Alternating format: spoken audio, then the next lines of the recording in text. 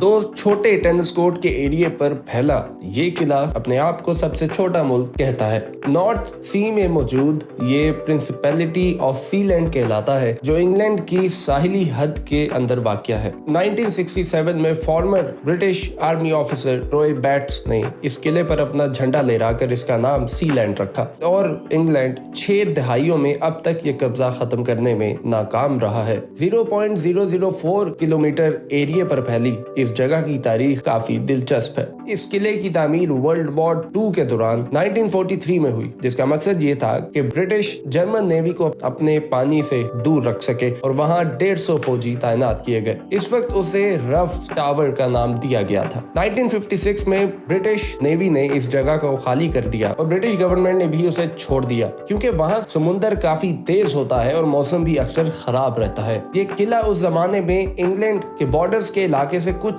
मील बाहर international waters पर था और उसे खाली देखकर रॉय बैट्स ने वहां बसने का मंसूबा बनाया। 1967 में रॉय बैट्स उनका बेटा एक कश्ती के जरिए रफ टावर तक पहुंचे और वहां लटकी हुई रस्सियों से ऊपर चले गए। उसके बाद से ये किला बैट्स खानदान के कब्जे में है, मगर इन्हें जिन हालात का सामना हुआ वो भी किसी फिल्मी कहानी से कम नहीं। आगाज में तो वो अपनी खुद मुख्तारी को बचाने की जद्दोजहद करते रहे, यहाँ तक कि ब्रिटिश नेवी का एक जहाज उसके करीब आया तो माइकल बैट्स ने उस पर वार्निंग फायर किए। इसके नतीजे में रॉय और माइकल बैट्स के खिलाफ ब्रिटिश कोर्ट में केस भी दायर हुआ, जिसे जज ने ये कहकर मुस्तरद कर दिया कि किला ब्रिटिश बॉर्डर से बाहर है, जिसकी वजह से ये मामला कोर्ट के दायरे इख्तियार में नहीं आता। रॉय बैट्स ने और उनके बेटे ने अदालती फैसले को अपने हक में करार देते हुए कहा कि उसमें सीलैंड को उनकी रियासत के तौर पर तस्लीम कर लिया गया है। उसके बाद से वो सीलैंड को एक मुल्क के तौर पर ही चला रहे हैं, हालांकि किसी भी मुल्क ने बाज़ाब्ता तौर पर उसे तस्लीम